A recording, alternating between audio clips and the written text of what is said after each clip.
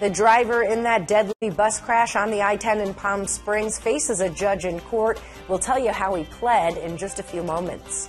And turkey trotters gearing up for tomorrow's Thanksgiving 5K. We'll tell you more on KMIR Today at midday.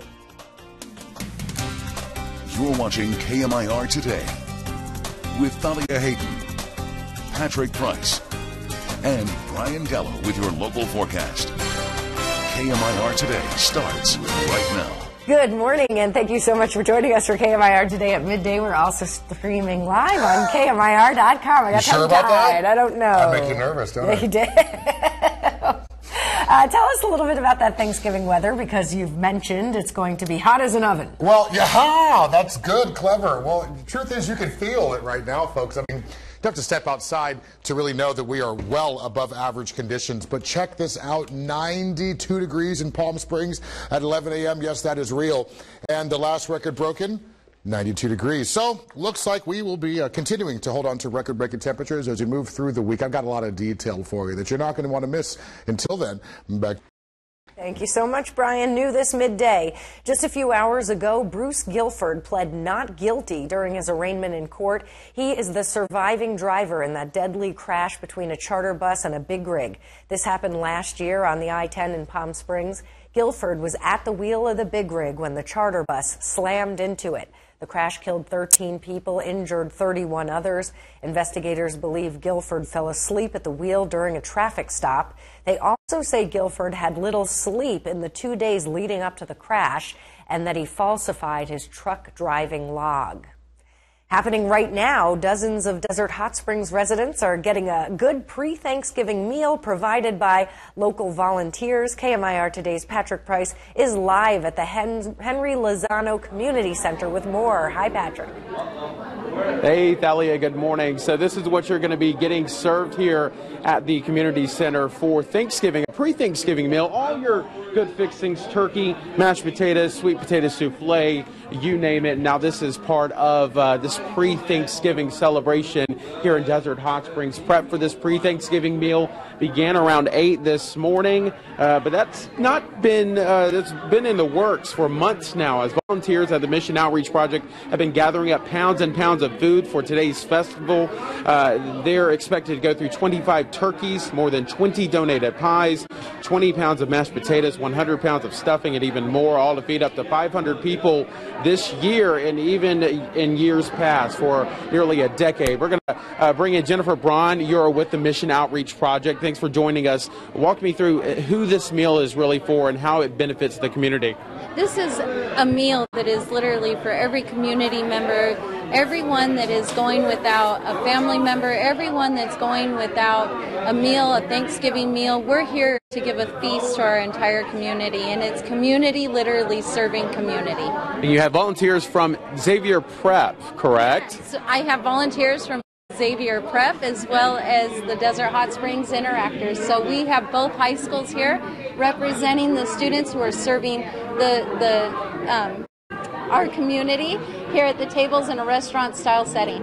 Perfect. And not to overshadow something amazing like this, but we're talking about this ordinance that was recently approved here in Desert Hot Springs, where it kind of limits you all from serving food to the homeless, the community. Walk me through how this is really affecting your organization. So this would essentially actually take out this exact service. They're asking us to cut out Wednesday, which is our day that we serve our Thanksgiving meal. Along with every single week, we serve a hot meal, much like this Thanksgiving feast. And so we serve a hot meal not only to the homeless, we serve it to the low-income families that need to stretch their food. We serve it to children that show up. And we serve it to the elderly that need that extra little bit because they're on a fixed income. All right, Jennifer, thank you so much for doing this. Now you can see there's food all across this room, even some pumpkin pie for you. This goes until about 2 p.m. this afternoon, and of course these folks getting a very hearty meal before Thanksgiving even begins. Thalia? Ooh, that made me hungry, Patrick. Thank you so much for that live report. And people, you still have 3 hours if you would like to go. Thank you so much, Patrick. And at World Gym this morning, participants picked up their T-shirts for the annual Turkey Trot. Here they are, picking up their numbers and T-shirts, all in the name of tomorrow's race, which raises money for Martha's Kitchen and Village. Our very own chief meteorologist Mike Everett will be the MC of tomorrow's Turkey Trot, and it is not too late to sign up. If you would like to register or be a part of the Turkey Trot, you can show up a little early tomorrow morning, and they will welcome you to participate in the 5K. Monday night, 2 women were arrested for allegedly smuggling methamphetamine. Border Patrol at the El Centro station found more than 11 pounds of meth hidden in their tires. The 2 women and the drugs were turned over to the Riverside County Sheriff's Department. The Palm Springs community is mourning the loss of 36-year-old Amber Lane. Police say her son shot her early Monday morning. KMIR's Lauren Day shows us how Lane's friends are processing her death. Close family friends tell me they're living a nightmare. They tell me Lane was an angel taken too soon. I can't possibly imagine. They loved one another just immensely. Close friends of Amber Lane are at a loss for words. It's so impossible to it's just so impossible. Police say 19-year-old Brian Conroy shot his mother, Amber Lane, Monday morning. She died of her injuries. I fell apart.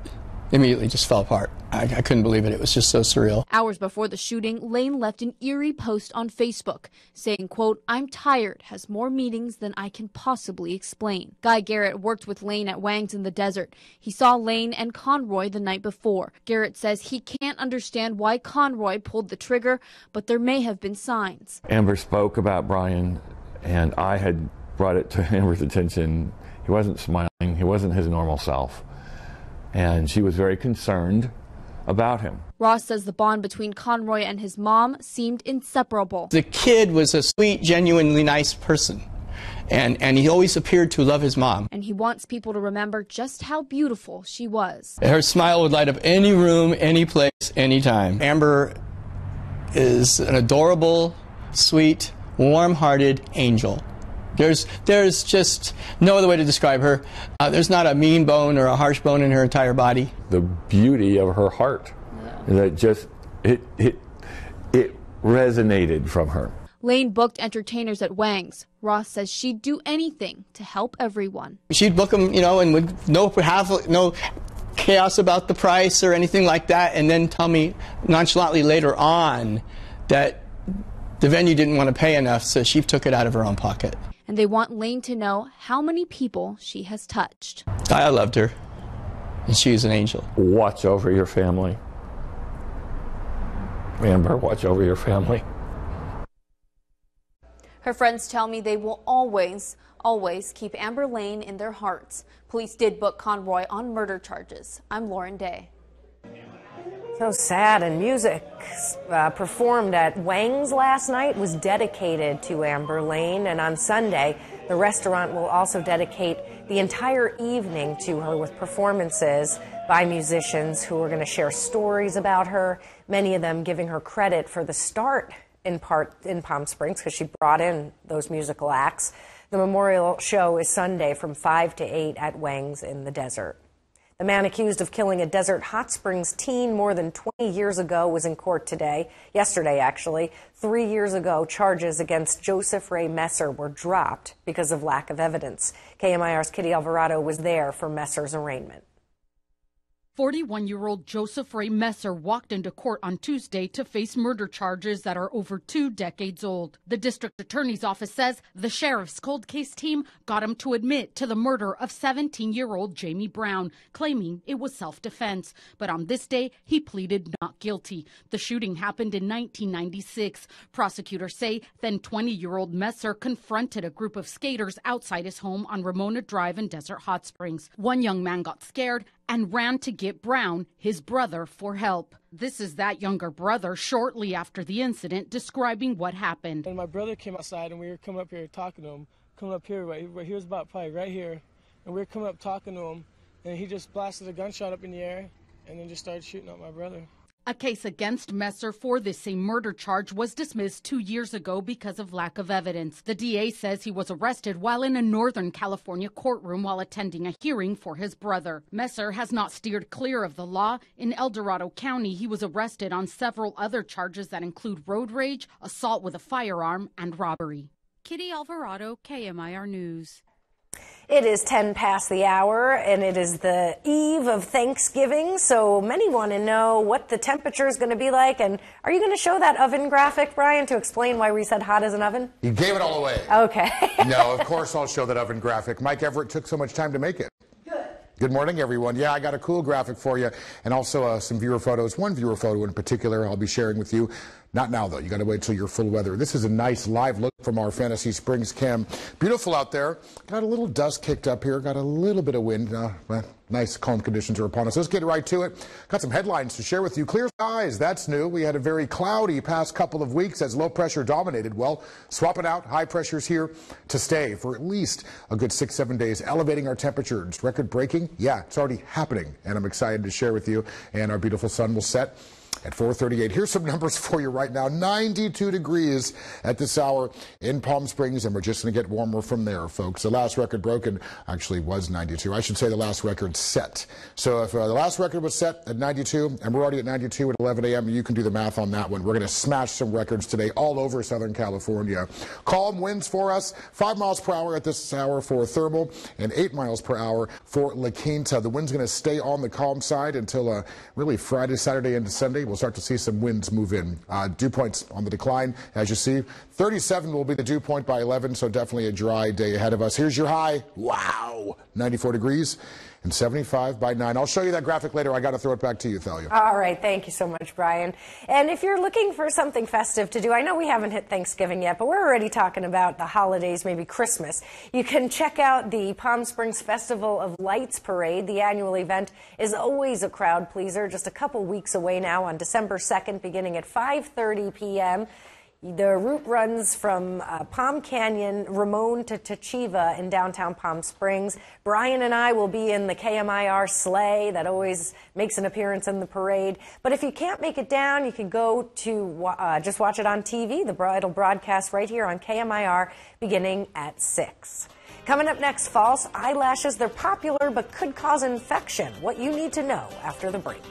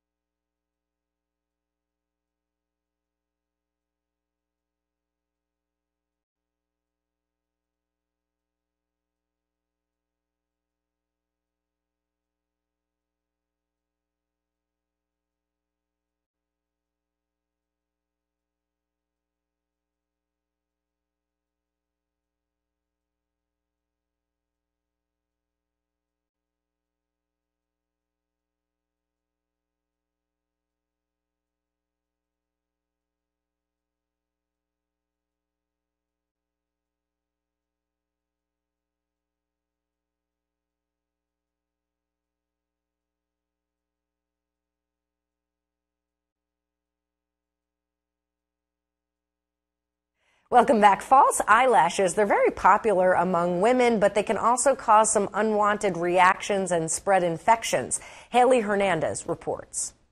Women long for the look, and businesses know there's cash in lashes. With most companies charging to replace or refill, why risk ruining them? So they tend not to clean them as much as well at the end of the day. Now over time, at the base of the lashes, all that accumulation of makeup, of debris, becomes a brewing ground for bacteria. Some women don't ever remove all the residue, and it can lead to a complex disease. It's a mite. It's a mite that lives at the end of eyelashes. And when the hygiene is not maintained over time, those mites can overpopulate. The mites are called demodex, and if you have them, symptoms can be severe. They're just intensely itchy, and that has to be removed, just like when for the lice treatment. The treatment is done in a doctor's office and sometimes takes as long as 2 months. But if women have waited too long and the infection and the inflammation is pretty severe, once the eyelash loss happens, once the lash is lost, we cannot grow them back. No, they're not. All right, good tips there. Coming up next, we'll be checking in with Brian Gallo, who will have his full weather report from the Weather Center. Brian. To where I am right now. Good morning, everybody. Standing in front of that gorgeous shot I was telling you about, I still owe you a picture of the oven with baked pies and your high for tomorrow. Oh, I'm yammering. Details after the break.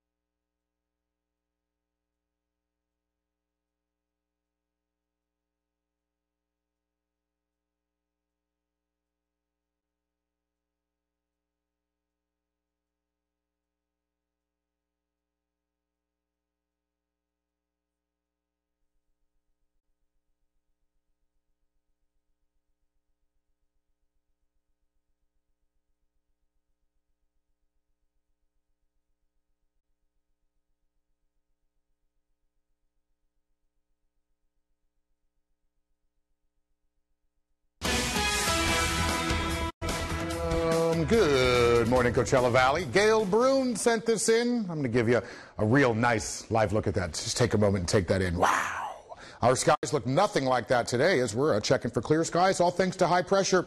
I'm sure you're curious what your family's doing around the nation. We got showers really moving in, as you know, from the northwest, pushing through and then turning into snow. Also some snow up in the upstate of New York. Showers for Miami and Gulf Coast here.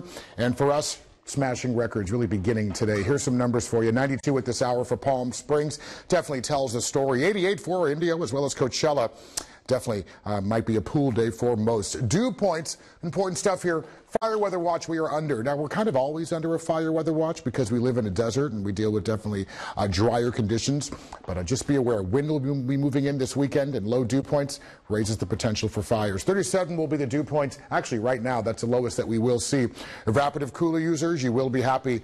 Yeah, this is happening, everybody. 94 degrees will be on our laps, front desks, wherever you might be at that hour. At about 3 o'clock, and 93 was the last record smashed in 1933. So there you have it, folks. Here's what's happening. Got this area of low pressure. As we know, it's breaking down slowly but surely, but still pushing some winter weather to areas north of San Francisco. They're getting a bit of a well-deserved break. But for us here, got this area of high pressure we're under, and this jet stream here is keeping us cradled. And so there you have it, folks. Just nice, settled, a bit of a dome, as high pressure tends to do.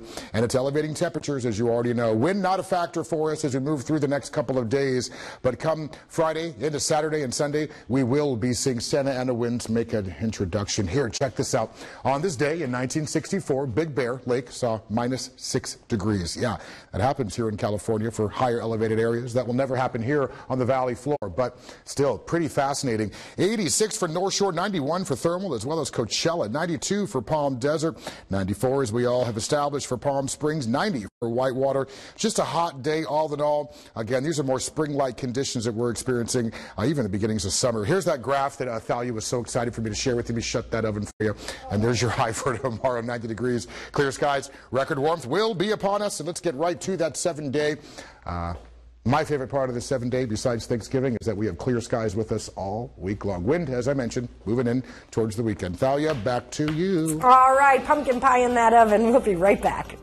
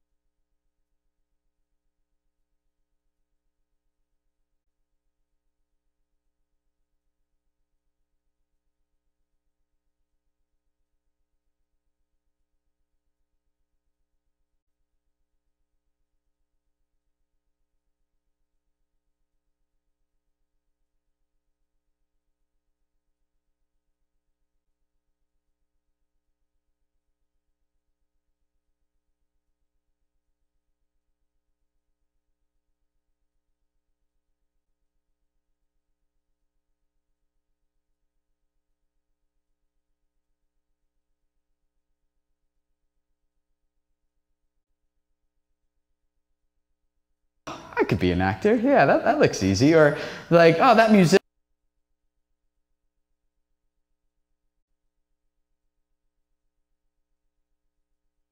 Hey guys, I am on my way home from a big YouTube event where What's a super easy way to tell that your bed is awful? The raw egg test. Let me prove it.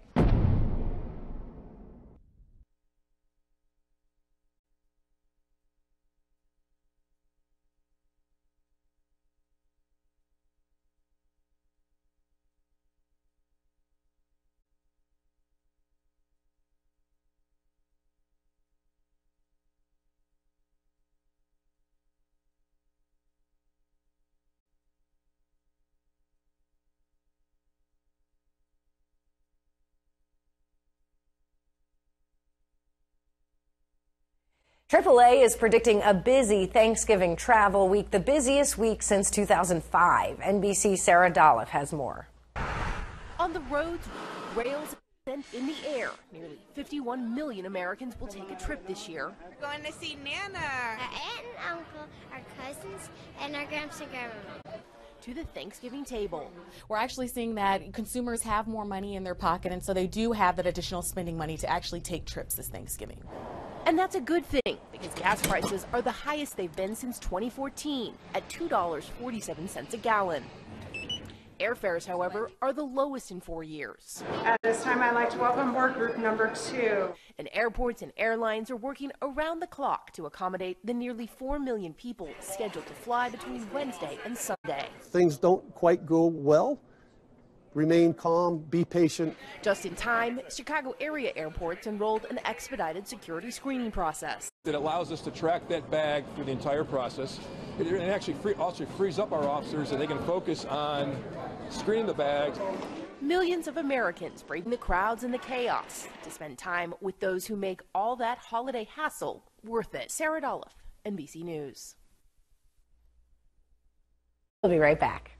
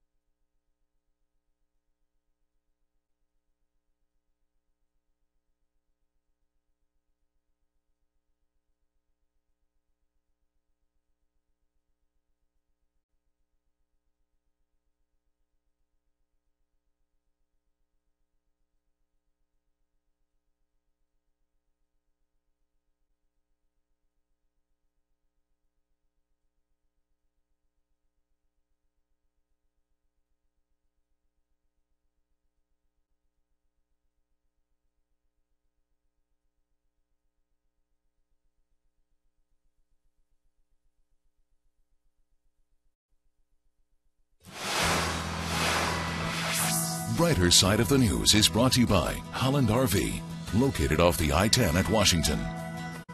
We have two very special birthdays to tell you about today. First, KMIR's Creative Services Director Andrew Johnston's son turning 3 today. This is little Jace. He is a sweet boy with lots of energy, and Daddy says he loves trucks. Happy birthday, Jace. And guess what? He shares a birthday with my little girl, Hayden, who turned 1 today, is turning 1. And no, her name is not Hayden Hayden. I'm glad you included that. It's Hayden Kathleen Farrell. Her father and I could not love her any more than we do. So happy birthday to these two terrific toddlers. Anything you want to add? You know Hayden and Jace. Happy birthday to both of them. They're both angels. And they're the best kids now. Sweet kids, indeed. Besides my niece.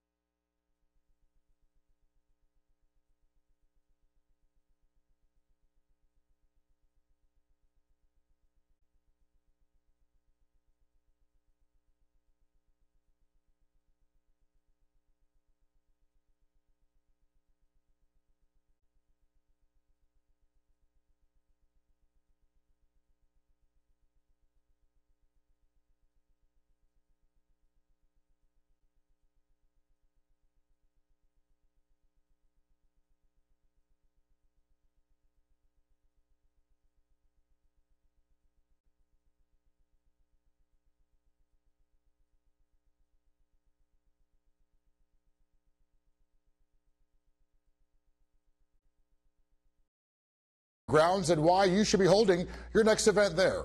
Walsh Urology explains how they're helping both men and women. Martha's Village stops by to talk about their upcoming 5K run.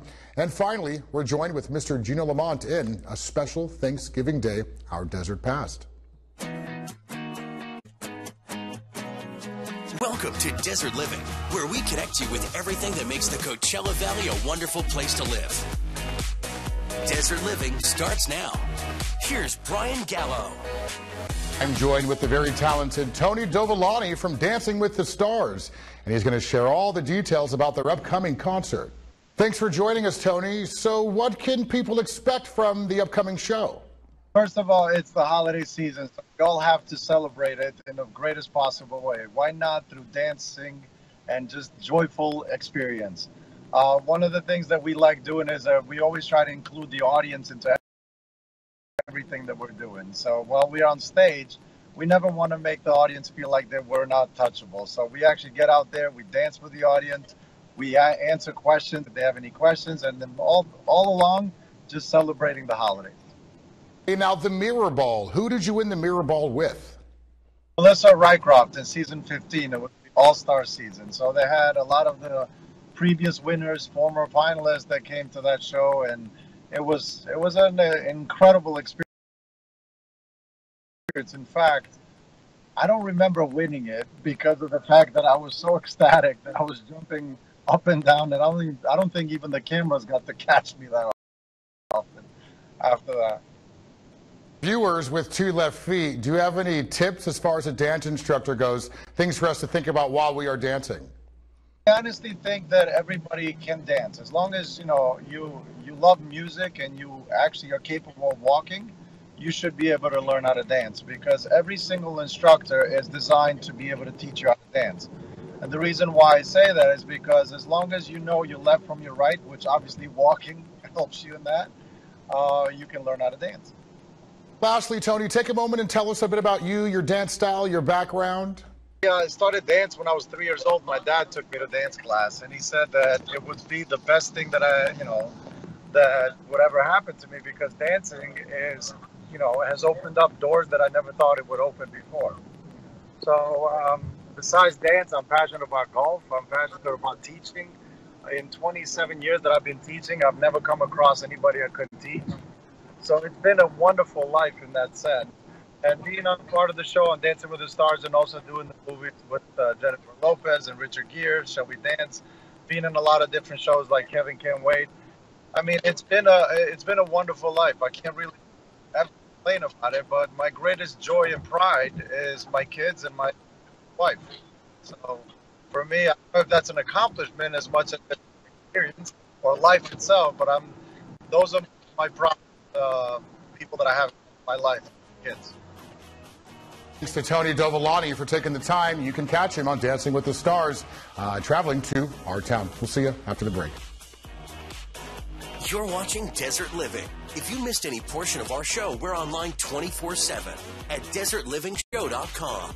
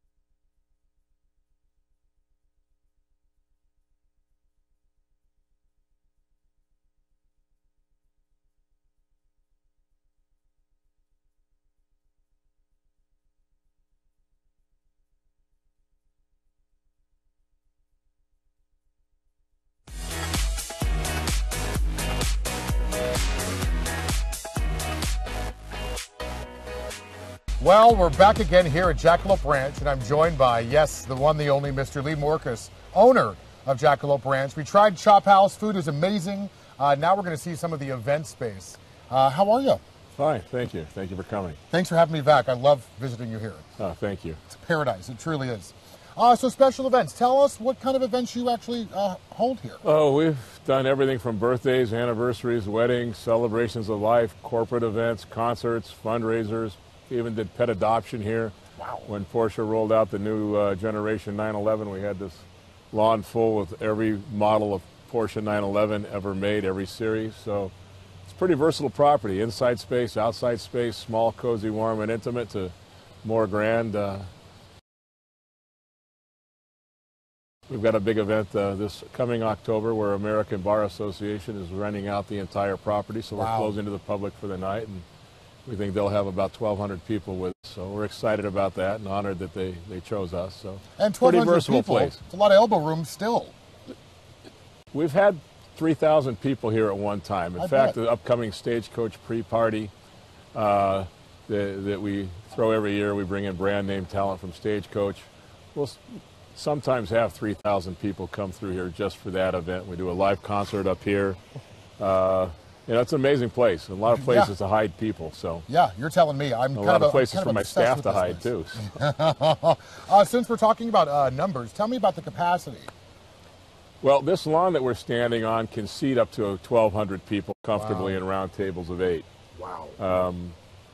But we can fit easily, 2,500 people on here at one time, and legally and illegally we could seat probably 3,000, like I said. No illegally, all right. So let's talk more about events. Let's talk more about what event goers actually. What are some of their favorite things they enjoy about the property? We've done everything from simple barbecue hoedowns to, more refined, sophisticated multi-course dinners with wines at every course and white tablecloths. And this lawn is completely transformed in the evening when you think about dressing it up with the best of linens and fancy china and silver and chairs. Yeah. And, it looks pretty casual right now, and that's the great thing about this property is we can do fun and relaxed and outgoing, or we can do really serious and sophisticated. Yeah. And fortunately for us, we have a full-time event staff, 2 gals that run the event operation, a banquet chef. That's actually perfect, because who does one contact if they want to book Jackalope Ranch? Events at jackalope.com or events at kaisercorp.com. Oh, that's easy. So, but that's all they do is just plan and execute events here. We have a full event team, and can't say we're great at it, but we're pretty good at it. I'm after all sure these you're years. fantastic at it. We want our guests to be happy, and we customize it because we don't have this corporate mindset that, if you're the guest and you want a special event, well, we kind of start with where you're at and then work around what's ideal and best for our guests, as opposed to saying, here's our menus, pick one. Right. So you're tailor-fit it to the people. We like to. Yeah. I will say I'm not a bride, but if I were to get married, this was a place where there's really no stress. Well, our job is to take the stress out of that. I mean, the place is already just pretty much set. You need to set up tables and handle your business and be on your way. I'm just obsessed with this place. I invite everybody to come down, check out Jackalope Ranch. Even if you don't have any events coming down the pipeline, come have a meal, come enjoy the patio, and come bug this guy. He's actually a lot of fun. And with that said, you find the contact information coming up, and we'll see you after the break. Join the Desert Living family. We would love to showcase your business. Email us at desertliving@kmir.com for complete details.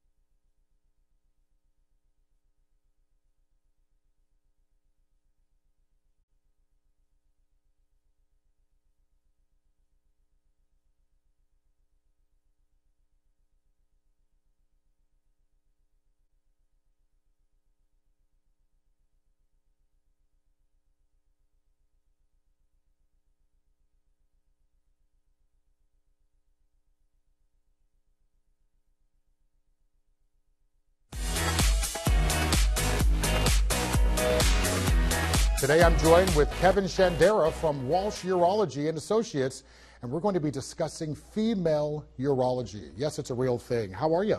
I'm very good. Welcome to the show. Thank you. Yeah, we love new faces, and you're new to the desert as well. Right. More reason to come visit this man. Thank you. Of course. So, female urology, I didn't know that this was an option. Indeed. A lot of people think that urologists only see men. Half of our practice is female urology. And what we treat in that is dropping of the bladder, dropping of the vaginal parts, and or leakage.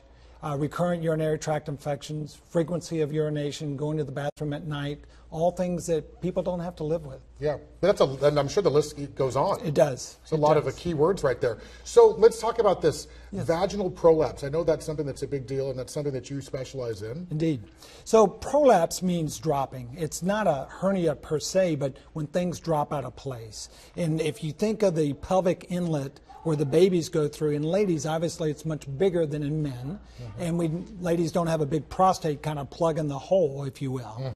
So the uterus and the vagina is supported with muscles and connective tissue, which get stretched and they break with childbirth.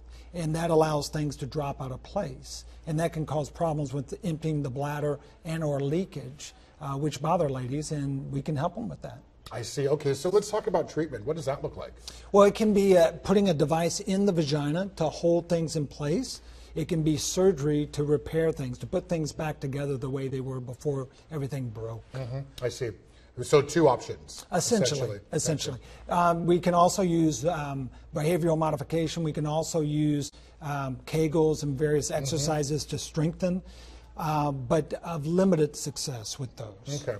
All right, let's move on to urinary incontinence. Give us some insight on that. So incontinence means leakage. Urinary incontinence, leakage of urine, and that can be when the bladder is overfull and you overfill incontinence. It can be from coughing or sneezing. When we apply that pressure to our belly, it can allow things to open and we leak. That's called stress, urinary incontinence. And there's also urge incontinence. Someone gets an urge and they just can't make it to the bathroom in time and they leak before they get there. I see. So first thing we do is try and figure out which one it is, because there's different treatments depending upon which type of incontinence they have.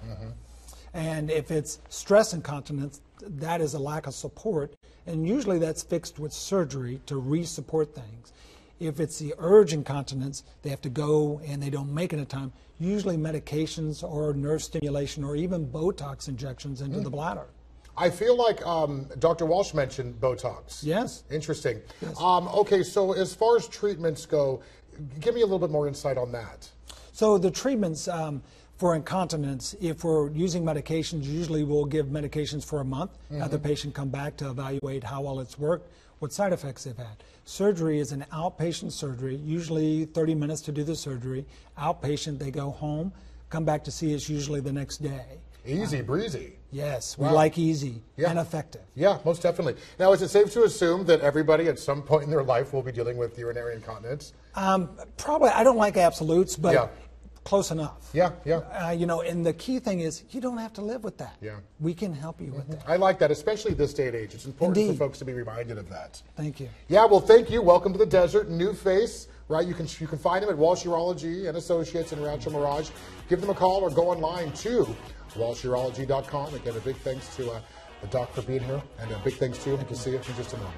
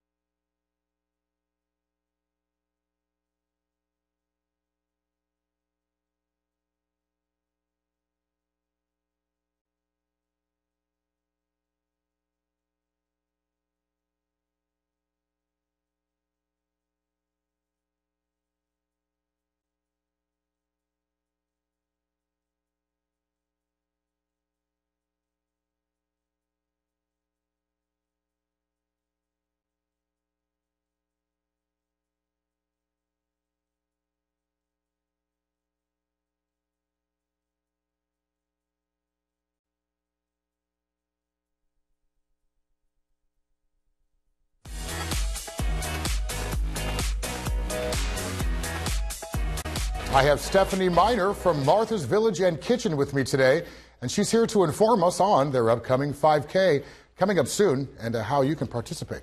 And even more detail. How are you? Hi, thank you for having me. Of course, you know, we love new faces on the show. Such a beautiful one. So welcome to the show. Thank you. Of course. So I guess we'll start with, when is the 5K?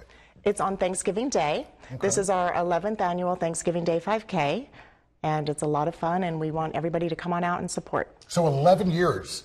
It's safe to assume that every year it just gets bigger, right? It does, yes. Last year we added a beer garden and a kids zone. Wait, so we're encouraged to drink while we run? That's right, after you run. We suggest after you run. Oh, either way, that's my kind of 5K, right? Yes, it's Too a lot cool. of fun. So, what does the 5K benefit? Let's talk a bit about the big picture. Okay, so this is our largest fundraiser for Martha's Village and Kitchen, and as you know, and many people know, we help homeless and impoverished in the Coachella Valley. We raise the funds for the 5K specifically to support our food services program. So we provide over 250,000 meals for everybody in the valley who needs our help each year. So this is a big fundraiser that helps with that. And this fundraiser solely funds all of the food provided? It does.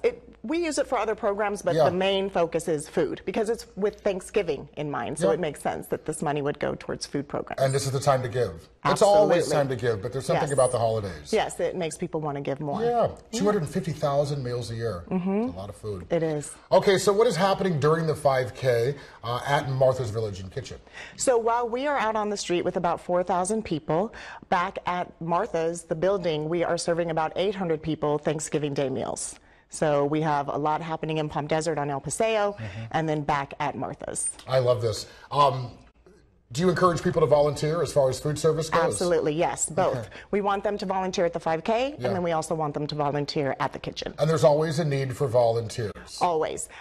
For Thanksgiving, we're full though. But if anybody, they sign up in advance for the holidays. So if you all want to volunteer at Christmas time, I encourage you to reach out to one of us. Get on it now. Yeah, and we'll give you the website. Yeah, and then, but for Thanksgiving, we always need people to come in and help clean afterwards. Everybody wants to serve, nobody wants to clean.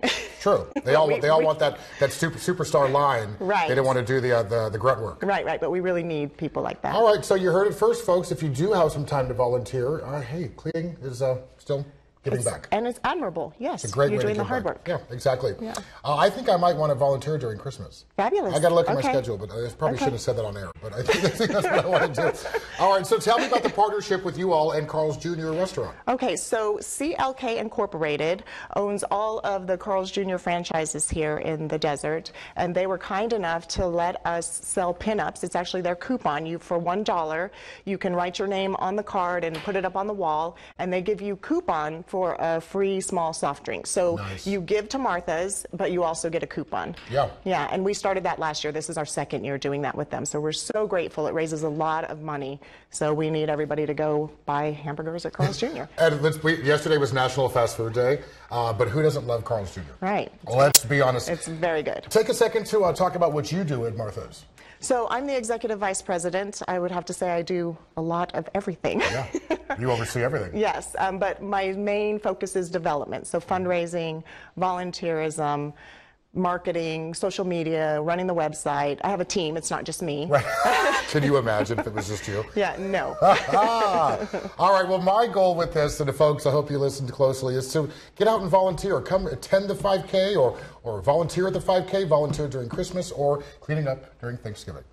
Get $5 off when you register and use the code KMIR5. You can find Martha's Village and Kitchen in Indio. Give them a call or go online to marthasvillage5k.org for more information about the race.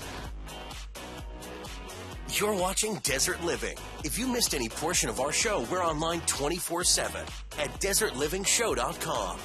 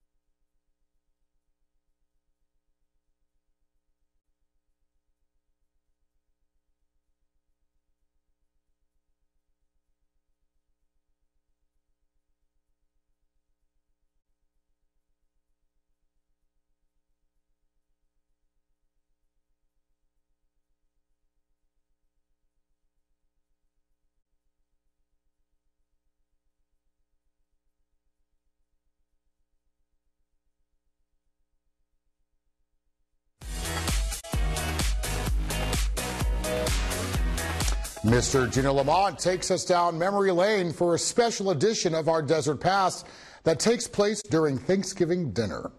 Our story begins with the death of Erwin Ruby Rubenstein, a beloved local who owned Ruby's Dunes in Palm Springs. He was also a good friend of Frank Sinatra. Frank Sinatra, being Frank Sinatra, decided he wanted to throw a celebration of life for his friend Ruby. So Frank started inviting his pals from all over the country for a memorial that would culminate in the burial of Rubenstein. But Ruby Rubenstein died November 23, 1978, Thanksgiving weekend. The cemetery wasn't open over the holidays, but Frank Sinatra was not about to be in the district. It does not belong to the city. After making several phone calls to the mayor's house that Thanksgiving day, a growingly frustrated Barbara Foster, whose Thanksgiving feast was on the verge of being ruined, came up with an idea. He kept calling. I said, finally, put Barbara on. I said, Barbara, ask him if Julie Rubenstein was ever a Jewish person. Did he ever go to the temple? She said, well, how the hell would I know? I said, well, ask Frank. He said he wouldn't know. So I said, if you can get him calmed down, my dinner's ruined already, but if you can get him calmed down, I will call the rabbi, because I play tennis with him, and I know the rabbi wants $1 million for an addition to Temple Isaiah. So I said to the rabbi, this is very important, Joe, listen to me. How badly do you want $1 million? He said, well, really bad. So I said, how would you like to do a friend a favor? And he said, who's the friend? I said, Frank Sinatra. He said, what is it? I said, well, can you tell me whether Ruby Rubenstein ever came to your temple? He said, hell no. He never even stepped into it. I said, well, this is not going to make easy then. Now, it should be said that the good folks at Temple Isaiah have a slightly different version of this story. And like so many stories in our desert past, legend and lore have taken over for truth and fact. But Barbara Foster was there, and this is how she remembers it. We all went to the funeral, and I saw Frank giving Joe a big hug and say, how'd you do it, Rabbi? And the rabbi said, you have your ways, I have mine. And he got the $1 million within the year. So those, and I got an orchid plant. Thank you very much. Well, that wraps up this edition of Desert Living. I'd like to thank all of our guests today. Please don't forget to catch Desert Living every weekday at 11:30 a.m., then again on KPSC at 12:30 p.m. and 9:30 p.m. I'm Brian Gallo. Have a great day.